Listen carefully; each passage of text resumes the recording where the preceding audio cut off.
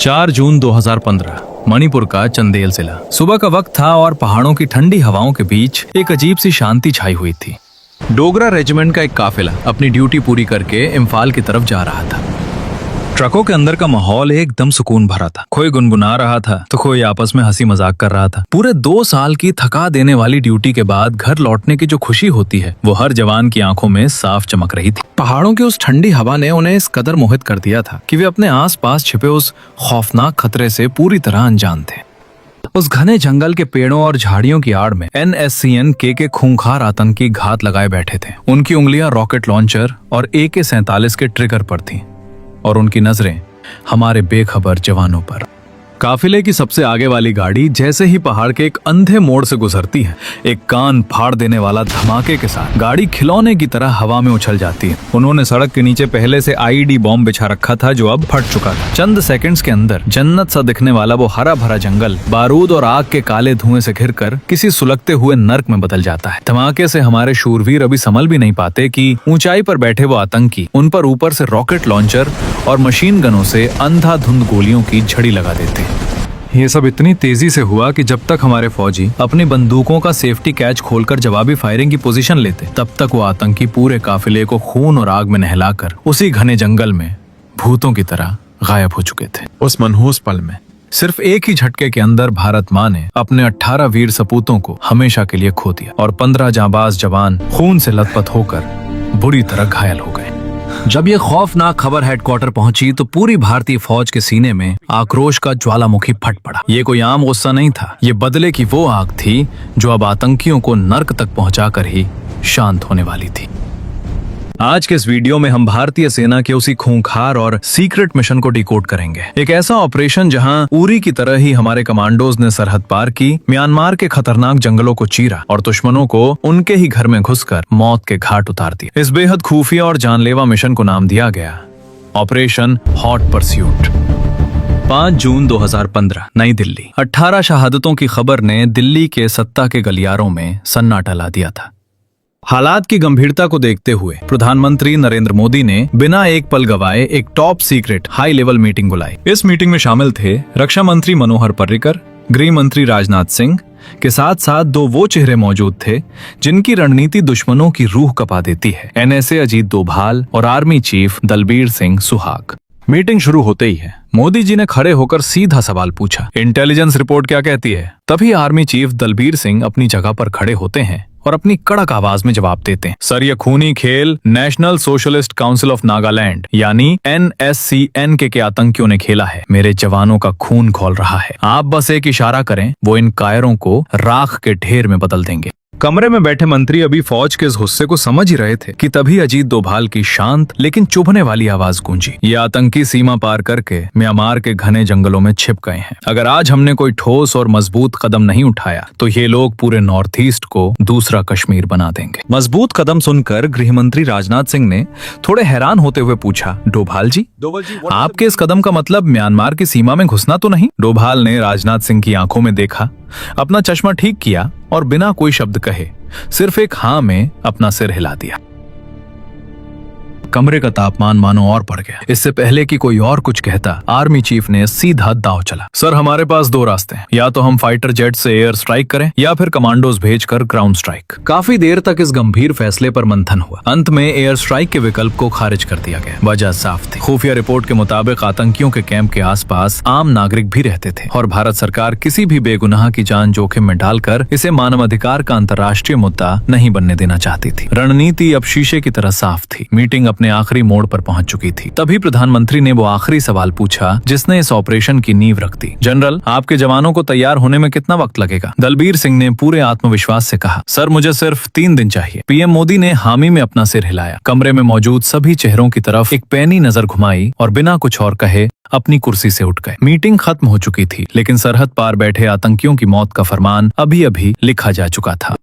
दिल्ली के उस war room का दरवाजा खुलते ही आतंकियों की मौत का काउंटडाउन शुरू हो चुका था। इन खूंखार दरिंदों का शिकार करने के लिए किसी आम टुकड़ी को नहीं बल्कि जंगल के असली शेरों को चुना गया। हमारी 21 पैरा स्पेशल फोर्सेस वाघ नख यानी बाघ के पंजे के नाम से मशहूर इस एलीट यूनिट को जंगल वॉरफेयर में ऐसी महारत हासिल है कि सरहद के इस पार कोई भी आतंकी अपना अड्डा बनाने की जुर्रत तक नहीं कर सकता। नॉर्थ ईस्ट में चाहे कुदरत का कहर हो या आतंकियों का खौफ, 21 पैरा के ये जांबाज हमेशा सीना ताने सबसे आगे खड़े मिलते हैं।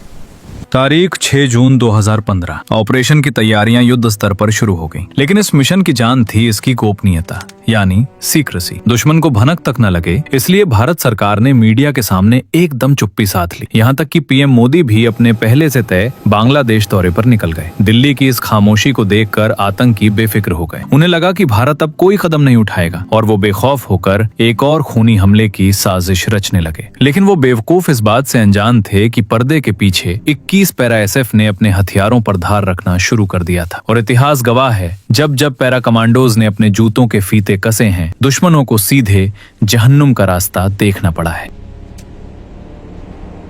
इधर नागालैंड के दीमापुर में 3 कोर के खुफिया हेडक्वार्टर में एक बहुत ही अहम बैठक चल रही थी। यहाँ army chief Talbir Singh, Ajit Doval, 3 corps के commander lieutenant general Bipin Rawat और 21 पैरा के कमांडर मौजूद थे।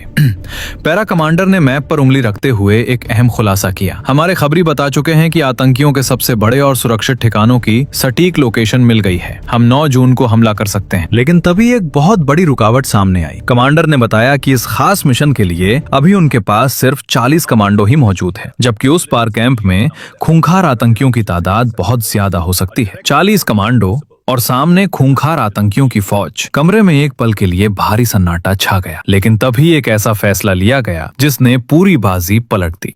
इस मिशन के लिए कोई समझौता नहीं किया जा सकता था, इसलिए जो सबसे खूंखार और बेस्ट कमांडो छुट्टी पर गए हुए थे या किसी दूसरे अहम ऑपरेशन पर तैनात थे, उन्हें रातों रात सीक्रेट तरीके से एयरलिफ्ट करके नागालैंड बुला लिया गया।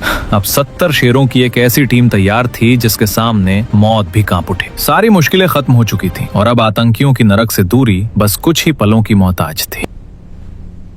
दोस्तों, इससे पहले कि हमारे शेर इन आतंकियों का शिकार करें, आइए जल्दी से जान लेते हैं कि आखिर ये खूंखार दरिंदे हैं कौन। इस आतंकी गुट का नाम है NSCNK यानी national socialist council of Nagaland. साल 1980 में SS खापलांग ने इसे बनाया था। इनका सपना था नागालैंड को भारत से अलग करके नागालिम नाम का एक नया देश बनाना। ये भोले भाले लोगों को भड़काते हैं कि भारत का संविधान उन पर थोपा जा रहा है, लेकिन इनकी असलियत कुछ और ही है। ये खुद पूरे नॉर्थ ईस्ट में ड्रग्स का काला धंधा चलाते हैं। छोटी सी दुकान से लेकर आम घरों तक हर महीने बंदूक की नोक पर टैक्स के नाम पर हफ्ता वसूली करते हैं। और तो और भारत को अंदर से खोखला करने के लिए इन्हें पाकिस्तान और चीन से पैसा, हथियार और ट्रेनिंग भी मिलती है। यही वो वजह थी कि इन्होंने हमारी सेना की पीठ पर वार करने की जरूरत की थी।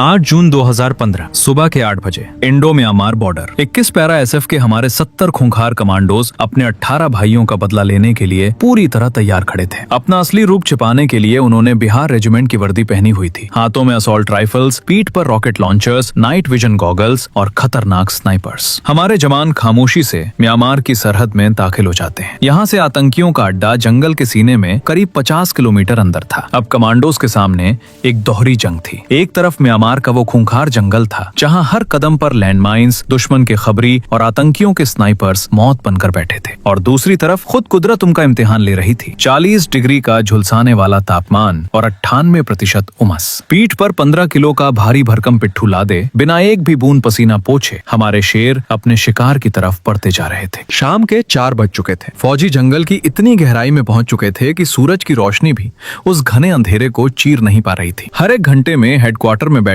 लेफ्टिनेंट जनरल बिपिन रावत को रेडियो पर बस एक बीप का सिग्नल भेजा जा रहा था कि हम सही रास्ते पर हैं। तभी घुप अंधेरे में कुछ ऐसा होता है जो एक झटके में इस पूरे सीक्रेट मिशन को तबाह कर सकता था। कमांडोज दबे पांव आगे बढ़ रहे थे, तभी सामने से 2 अजनबी हाथों में बंदूक लिए सीधे हमारे जवानों की तरफ आ रहे थे। जैसे ही हमारे कमांडोज की नजर उन पर पड़ी, उन्होंने पलक झपकते ही अपनी गन तान ली और दोनों को चारों तरफ से घेर लिया। पूछताछ में पता चला कि वो कोई आतंकी नहीं बल्कि इलाके के लोकल शिकारी थे।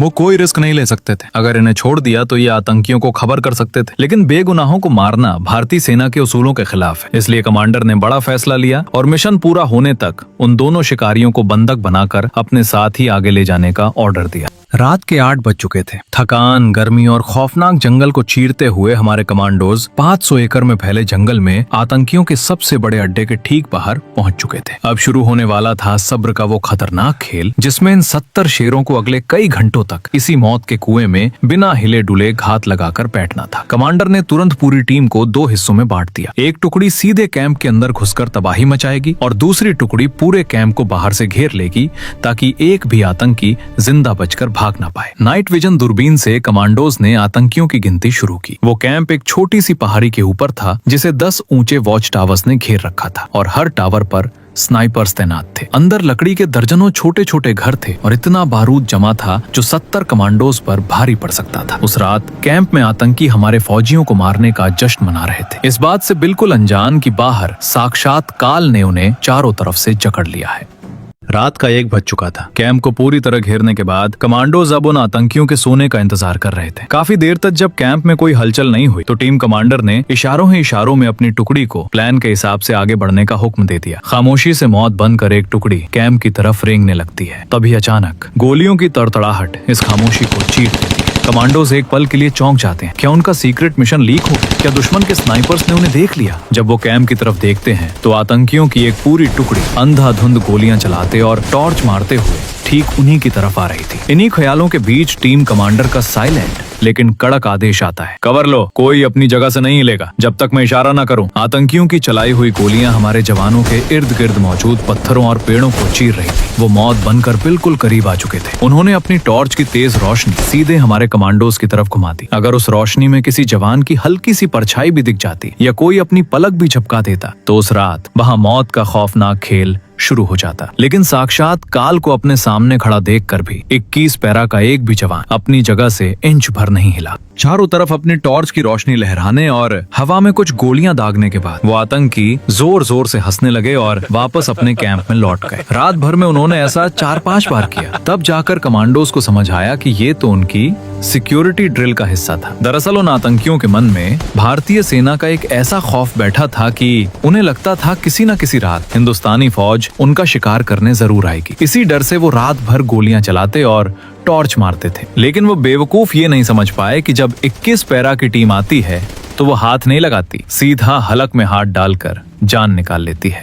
सुबह के 5 बज चुके थे। सूरज की पहली किरण के साथ ही आतंकियों की ड्रिल खत्म हो गई और वो पूरी तसल्ली से बेफिक्र होकर सो रहे थे। लेकिन शेर की यही तो खासियत है, वो तब झपटता है जब शिकार सबसे कम चौकन्ना हो। टीम कमांडर ने इशारा किया और सभी 70 कमांडोज ने कैंप से महज 50 मीटर की दूरी पर अपनी पोजीशन ले ली। कमांडर की उंगलियों ने 3 तक की गिनती गिनी और गिनती खत्म होते ही म्यांमार का वो जंगल धमाकों से दहल उठा। एक साथ 10 रॉकेट लॉन्चर्स ने आतंकियों के कैंप पर आग की बारिश कर दी। उधर हमारे स्नाइपर्स ने वॉच टावर पर बैठे आतंकियों को परिंदों की तरह नीचे गिरा दिया।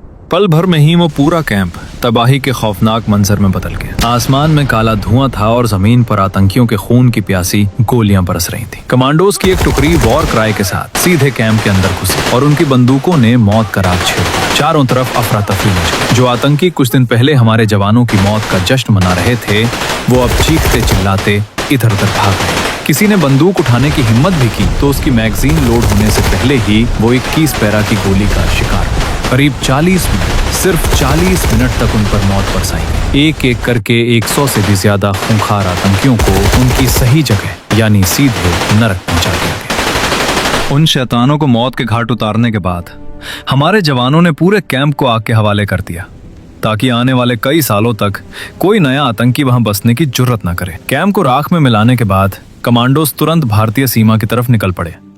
रास्ते से ही टीम कमांडर ने जनरल बिपिन रावत को एक एनक्रिप्टेड मैसेज भेजा, ऑपरेशन सक्सेसफुल। ये मैसेज आर्मी चीफ से होता हुआ सीधा प्रधानमंत्री मोदी तक पहुंच गया।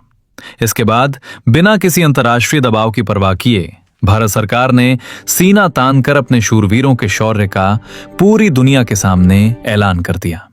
मेजर जनरल रणबीर सिंह ने प्रेस कॉन्फ्रेंस करके साफ संदेश दे दिया कि नया भारत घर में घुसकर मारता है। इधर पूरा देश जश्न मना रहा था और देश के गौरव की रक्षा करने के बाद हमारे वो 70 कमांडोज बिना किसी घमंड के अगले दिन फिर से अपनी नॉर्मल ड्यूटी पर लौट आए। दोस्तों, कुछ इस तरह हमारी भारतीय सेना ने अपने शूरवीर साथियों का खौफनाक बदला लिया था और आगे भी लेती रहेगी। अगर हमारे फौजियों की इस वीरता ने आपका भी सीना गर्व से चौड़ा कर दिया है तो इस वीडियो को लाइक और चैनल को सब्सक्राइब जरूर कीजिएगा। जय हिंद, वंदे मातरम।